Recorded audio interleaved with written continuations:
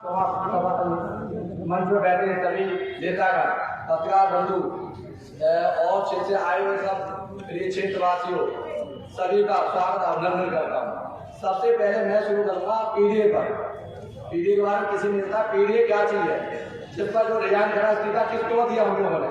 PDA का मतलब था पिछड़ा दलित अल्पसंख्यक, और पिछड़े का मतलब था समाज पार्टी में सहपरी परिवार, और सहपरी परिवार में पिछड़ा वर्ग, और दलित परिवार में है जैसे विशौली विधायक के साथ जिसका जाति समाज पार्टी के लोगों ने, वो है पिछड़ा वर्ग दलित। और दलित का देखें आप, जैसे राजू विधायक होते वो पार्टी को छोड़कर घुटाव महसूस कर रहे थे, उनके साथ जाति हो रही थी जैसे। और अल्प समाज में देखा जैसे 5% जो अल्प समाज था उसको नकार दिया, और इस पार्टी में सिर्फ झूठ बोलने की राजनीति करते हैं। चाहे ठाकुर हो चाहे ब्राह्मण जाति हो, किसी की बात को नहीं पूछा जाता। जब बात की जाती है तो उन लोगों की बात की जाती है, सभी समाज की बात करते हो, सभी समाज कोई बात ठाकुर की ब्राह्मण की बात नहीं करते हैं। पिछड़ी जाति में आरमोल समाज है, अगेन समाज है, कस्तर समाज है, नाई जाति है, प्रजापति, जे कोई पिछड़ी जाति में नहीं आता तो पिछड़ी जाति में सभी परिवार आता है, सिर्फ सभी परिवार की बात करते हैं।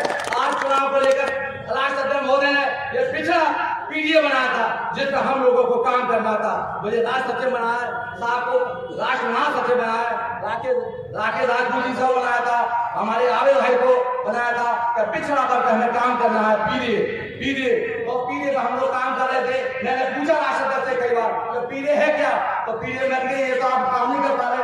इनका कभी भी आपने देखे पीडीए तो कोई काम नहीं कर पा रहे आप, और न जनरल जाति की बात करते हैं कि हम क्या जाके क्षेत्र में करेंगे। तो बोले हम शरण साहब को राष्ट्रसभा बनाने जा रहे हैं, तो राष्ट्रसभा के बारे में उन्होंने कई बार वादा किया जब उन्होंने समाज पार्टी ज्वाइन की थी। तो बात करने के बाद जब राष्ट्रसभा का चुनाव आया तो इन्होंने कहा कि इस बार मजबूरी है हमारी, तो उन्होंने मजबूरी है कोई बात नहीं। सलीम साहब ने कहा जावेद साहब को बना दीजिए, मुझे कोई जरूरत नहीं है, और पार्टी का मामला जो परेशानी देखते हैं ये चलेगा अमेरिका। तो अमेरिका जाने पर सबको पद का संगठन ने जगह दी, महासचिव उस पर सलीम साहब का नाम भी लिया और बार बार अपमानित किया। तो सुबह दोबारा में जब सलीम साहब आए तो उन्होंने पूरे बताया की मीटिंग लखनऊ में बुलाकर मीटिंग बुलाई उन्होंने, और मीटिंग में रखा प्रस्ताव कि धर्मेंद्र यादव को लोकसभा का प्रत्याशी बनाना है। पूरे उत्तर प्रदेश में 80 सीट में बधाई की मोहर लगाई थी, और वो सलीम साहब बदलाव आ रहा था। इन कई गालों ने वो पिछड़ा बन गए, धर्मेंद्र यादव पिछड़ा बन गए, कोई थोड़ा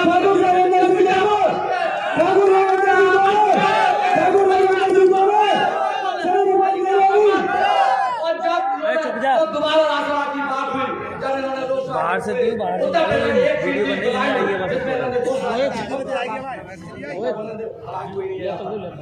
तो इन्होंने बनाई में धर्मेंद्र यादव की घोषणा कराई जिसमें अपमानित होना पड़ा हमको। मैंने कहा साहब आपको खत्म को फिर बातों ने नोट कर लेना, नहीं दो धर्मेंद्र यादव नाम बोलते अरे राज्य सब कहते थे सलीम साहब राष्ट्रसभा में मिलेंगे।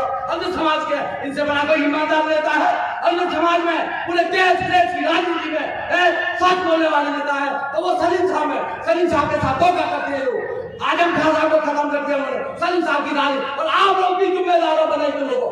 ऐसे ईमानदार देश इंसान जो पूरे हिंदुस्तान की राजनीति में सच्चाई बोलने वाले वो है सलीम साहब। ऐसे देश में पार्टी में सलीम साहब जैसा नेता है। तो इन्होंने जो है फिर हम लोग 3 तारीख को बनाई मीटिंग आए, और मीटिंग आने के बाद धर्मेंद्र यादव ने किसान भाई का हम जरूर जाएंगे। वो सिमाई साहब का तीसरा बेटा था। मैंने कहा ये तीसरा बेटा कहाँ से आ गया झूठ बोलने वाला, तो हिंदुस्तान की राजनीति सबसे बड़ा झूठ बेटा कहाँ से बना दिया आपने, ये आपको धोखा देगा और ये बड़ाई की राजनीति।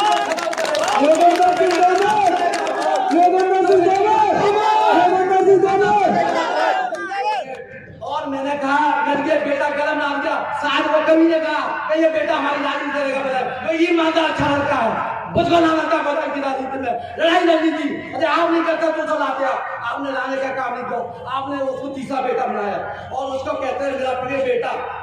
अरे तुम्हारा बेटा ये कहां से होगा, आपका कभी झूठ बोले नहीं, ये झूठ बोलने वाला कंधे पे हाथ रखने वाला, दोनों भाई झूठ बोलता है भी। अगर समाज के सुन लो जब तक सलीम साहब की राजनीति बताए मैं और सभी बता रहा हूं तब तक आपका इज्जत सम्मान है, इसके गुनाहगार आप लोग भी है।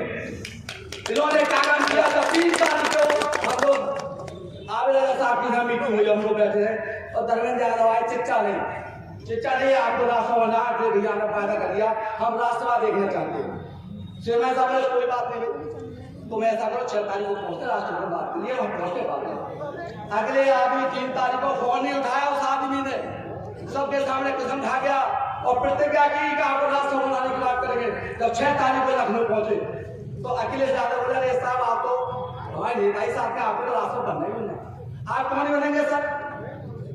तो इन्होंने कहा कि आप तो फोन उठाते नहीं मेरा, आप तो झूठ बोलते हैं, फोन नहीं उठाते। कि नहीं, आपको रास्ता बनाएंगे, फोन हम आपको उठाएंगे और 7 तारीख को 7 बजे फोन। उस आदमी ने आज तक इनका फोन नहीं उठाया। 9, 8, 9, 10 तारीख को मेरे पास से फोन मिलाते थे, वो फोन पे नहीं उठाते थे। जिसे अखिलेश यादव कहते हैं मां झूठा पड़ा, जिसकी सवाल का भी बात करते हैं। मैं बात करता हूँ ऐसी बात नहीं लेना चाहता तो हमारे नेता के साथ भी बोला, हमारे नेता का इच्छा दिख रहा, इन्होंने पूरे बनाए की राज खत्म कर दी, उन्होंने झूठ बोलने की नहीं। हेलो हाँ जी, तो इन्होंने जो है अखिलेश यादव ने फोन नहीं उठाया और आज तक झूठ बोल रहे थे। कुछ लोग ऐसे कह रहे सलीम साहब आपको हम संबल की रोज देना चाहते हैं, बिल्कुल झूठी बात है, 100% झूठ बोल। एक भाई अखिलेश यादव हर आदमी से कहता है, हर बात में वादा करता है, 50 बार उनसे झूठ बोला डन आपका काम होगा। एक भाई कंधे बाहर होकर कहता है ठीक है भैया आपका काम होगा धर्मेंद्र, तो हम भाई कहाँ झूठा पकड़े राजनीति में, ऐसे लोगों के साथ लेकर राजनीति नहीं कर सकते हम।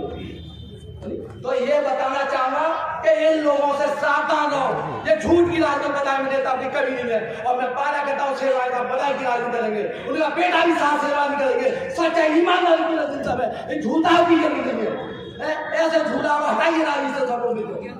तो ये जो है आज साहब सही नहीं बोलेंगे और मुझे भी थोड़ा सा समझाएंगे बाद में जाकर क्या बोल दिया क्या नहीं बोल। ये सच्चाई है, सच्चाई नोट कर लो आप। मैं झूठ नहीं बोलना चाहता मन से। धर्मेंद्र यादव वो है जो अपमान करता था कई बार वीडियो में, लेकिन खिलाफ बोलता था, हर जगह फोटो लगाने के लिए लेकिन कार्यकर्ता के खिलाफ बोलता था। आज हम धर्मेंद्र यादव को नहीं बुला सकते, इसका बेटा कहाँ पे हो गया वो आदमी। मैं कह रहा हूँ इतनी झूठ राजनीति बोलने वाले यदि इन भाइयों ने तो आपसे गुस्सा करा दिया तो 1% का नहीं काम हो। हमें शेरवानी साहब की जरूरत है, साथ शेरवानी की जरूरत है। बनाई की रात हमारा जवान बैठा है, इसके भाई मेरे दोस्त थे जो क्या थी अटल थी। तो ये राजनीति सच्चाई बोलने वाले लोग नहीं है। हमें सभी साहब ऐसे एक इंसान की जरूरत है। धर्मेंद्र यादव को पता फिर हमने कहा किया कि जब उन्होंने रिजाइन दिया 18 तारीख में तो मैंने 21 तारीख को रिजाइन किया। तो लाखों घरों में खाना मिला, परेशान दुखी थे, रोना हुआ। आज वही धर्मेंद्र यादव मेरे घर जाकर रो रहे थे कि मेरी इज्जत बचा लो, मेरी आग तुम बड़े झूठ बोलो। तो ईश्वर ने ऐसी सुनाई दी कि हमारे घर ना होकर उसके घर ही खाना नहीं मिला, ये बदला दिया हमने। तो सलीम साहब कभी बदले की राजनीति करते हैं, कभी बुराई नहीं करते। मैं सच्चाई बता रहा हूँ, मेरी बात सच मान लो। तो मैं ज्यादा नहीं कहूँगा कि के बाद में समझाएंगे और सच्चाई का आनंद, ठीक है। तो सच बोलना भी पाता है। योगेंद्र सिंह देश विदेश की राजनीति सलीम साहब जैसा इंसान मैंने 4 जीवन से मेरे साथ संघर्ष किया है। हम तो देवता मानते हैं, भगवान की जगह पूजा करते साथ मीटिंग। यदि कोई गलत काम करेगा उस आवाज कोई बंदा तोमर उठाएगा, चाहे ठाकुरों की बात है चाहे ब्राह्मण की बात है, महिला कैसी बात है मैं उनके साथ खड़ा हूँ, मुस्लिम समाज खड़ा है उसके साथ खड़ा हूँ। और सलीम साहब जैसे लोगों को राज में आगे बढ़िए और हम लोग सारी जिंदगी बताएंगे कराएंगे लोगों सुनी। और सच्चाई बोल दिया मेरे नेता के बाद में जो सरकार में रहकर गुंडागर्दी करते थे, जो अत्याचार करते थे, तो आप सुन नहीं पाओगे, सुनी बर्दाश्त नहीं कर पाओगे। समाजवादी पार्टी सरकार में जिस तरह वो बदलेगी सलीम भाई लगा दो सुन माइक बदलेगी योगेंद्र सिंह को माइक सोच लेना है इंसान को माइक में लगा समझे। और सलीम साहब को कुछ नेता कहते हैं सलीम साहब राजनीति छोड़ रहे, बताए कौन कहता है? अरे मौका पर उसको कौन कहता है कि सलीम साहब राजनीति छोड़ रहे? मेरा सारा जिंदगी साथ और मैं खड़ा हूँ शेरवानी साहब, मेरी जान की बारी आपको लगानी पड़े तो लगा के खड़ा रहूंगा आपके साथ, सारे जिंदगी शेरवानी साहब के साथ खड़ा हूँ। एक दिन 50 कर बंदा आ जाए हमें क्या करूँगा।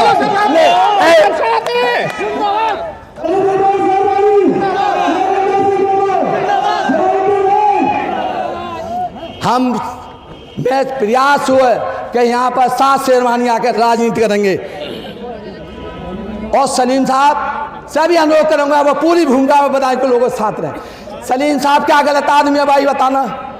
दलाली करी किसी की, बेईमानी करी, फर्जी मुकदमे लगवाए सलीम साहब ने, क्या कब्जा कराए मकानों पे? क्या पुलिस की दलाली करते तुम के लोग? वो समाजवादी पार्टी में सांसद धर्मेंद्र यादव कराते थे, समझे?